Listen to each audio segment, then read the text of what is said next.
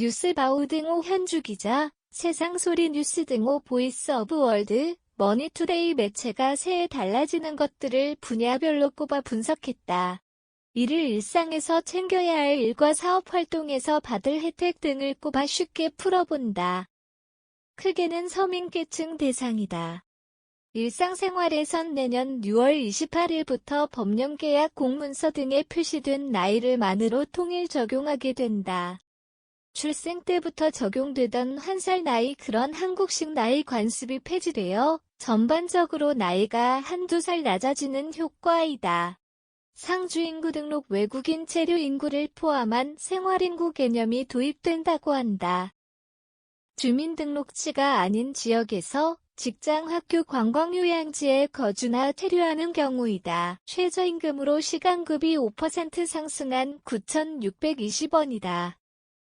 만원 목표하던 문재인 정부 방침에 거의 근접한다. 미국 같은 경우는 지역마다 다르긴 하지만 경제 규모를 감안해 15,000원 내지 2만원대라 비교는 된다. 출산 장려 차원에서 만영세 신생아 경우 월 70만원만 1세는 월 35만원 부모급여가 지급되는 일이다. 만 영세 아동이 어린이집 이용 시 보육료 50만 차감 공제해준다.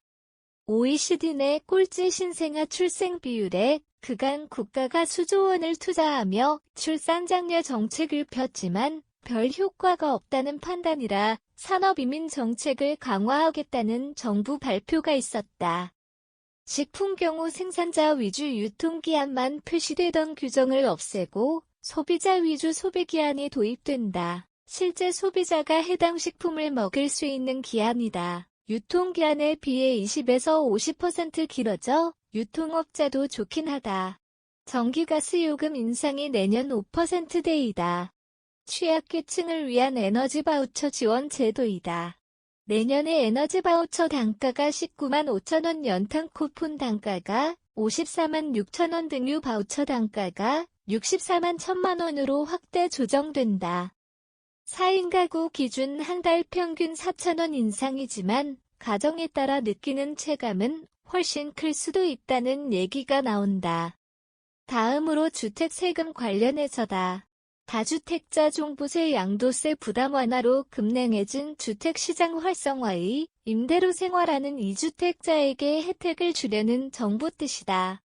중과세율 종부세가 일반세율 0.5에서 2.7%로 낮아지고 3주택 이상 소유자도 현행 6%에서 5%로 1% 낮아진다. 종부세 기본공제 경우 부동산 공시지가 6억 원에서 9억 원으로 상향 조정했고 1가구 1주택은 12억 원까지 공제된다. 조정 대상 지역 다주택자도 양도세 중과세 배제는 2024년 5월까지 연장된다. 강남 지역 주택 소유자에게도 1가구 1주택 불평 불만이 나온 현실이라 이를 다소 완화하려는 조치다. 임대업 전세 사기를 차단하고자 동의 없이 집주인 미납세금 검증이 가능해진다. 빌라왕 등이 떼먹는 임차인 보증금 반환 문제로 수많은 세입자들이 받는 고통 등 사회적 물해가 발생하고 있어서다. 다음으로 서민 중산층 소득세 부담 완화 조치이다.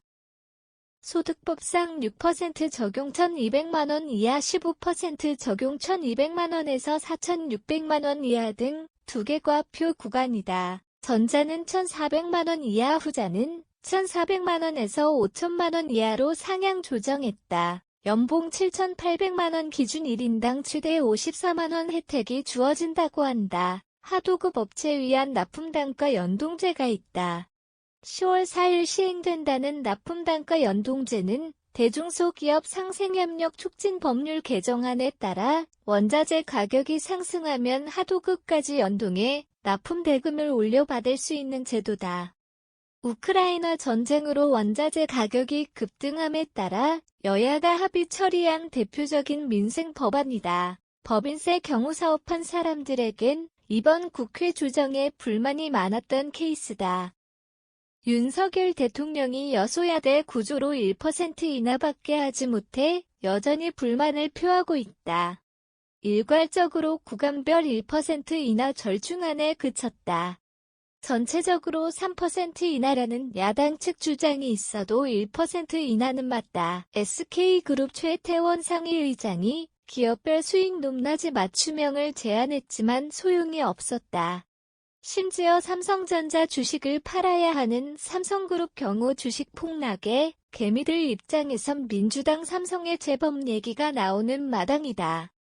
대기업 대주주에겐 그나마 위로가 되는 상장주식 가족합산 폐지 제도가 있다. 상장주식 양도세 대주주 판정 기준에 종목당 10억 원 적용되지만 가족합산을 폐지해 기준을 소폭 완화했다는 내용이다. 최대 주주 가족합산 경우에는 그 범위를 조정한다고 한다. 이어 가업 상속공제 적용이다. 매출액 5천억 미만 중견기업 대상이다. 10년 이상 가업을 영위한 피상속인 경우 최대 500억 원까지 과세가액 공제된다. 공제 한도는 가업 영위 기간에 따라 높아진다고는 한다. 삼성그룹이나 LG그룹이나 총수가 사망한 경우 천문학적 상속세 때문에 빚을 내야 하는 상황이 발생하고 있다. 대기업도 점차 상속세 완화 얘기가 나오고는 있다.